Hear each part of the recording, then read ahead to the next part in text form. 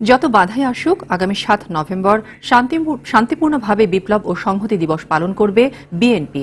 একথা বললেন BNP senior যুগ্ম মহাসচিব রুহুল কবির রিজভী। তিনি আরও বলেন, বিএনপি আওয়ামী লীগের সাজানো নির্বাচনী ফাঁদে পা দিবে না।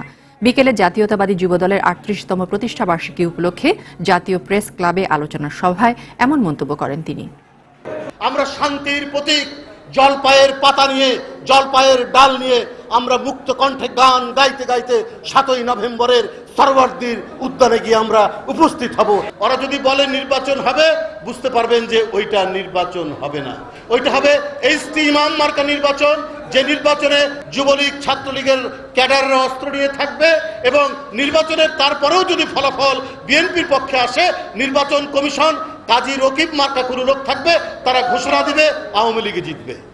এই হবে আওয়ামী লীগের নির্বাচন। ওই নির্বাচন বিএনপি যাবে না।